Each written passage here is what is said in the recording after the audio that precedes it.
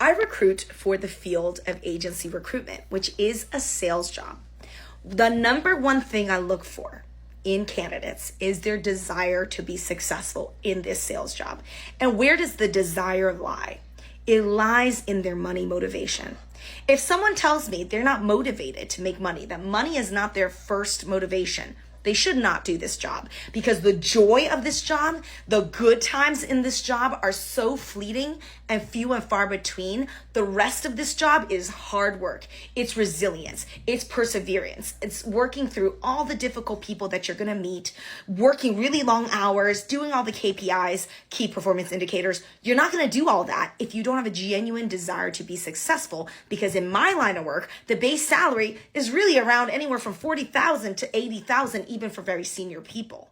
The rest is all made up from your ability to collect commissions. Now, in my line of work, you can make $200,000 to $400,000 a year, but only the truly best of the best, the most driven people will get to that level of income.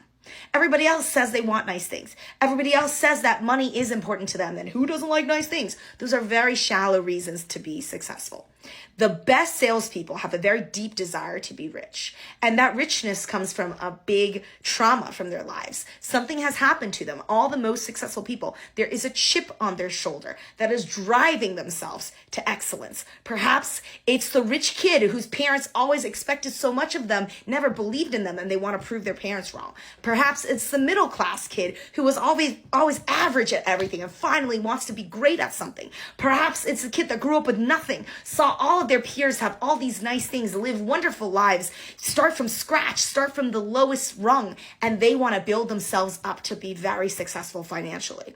I would fall into the last category. So every single person who has become very successful in sales, there's a deep desire to be successful, deep desire to be financially enriched. And that deep set desire from a very young age, from a deep piece of their psyche, that's what drives them to do the hard things that everybody else won't do, because those people are clocking out.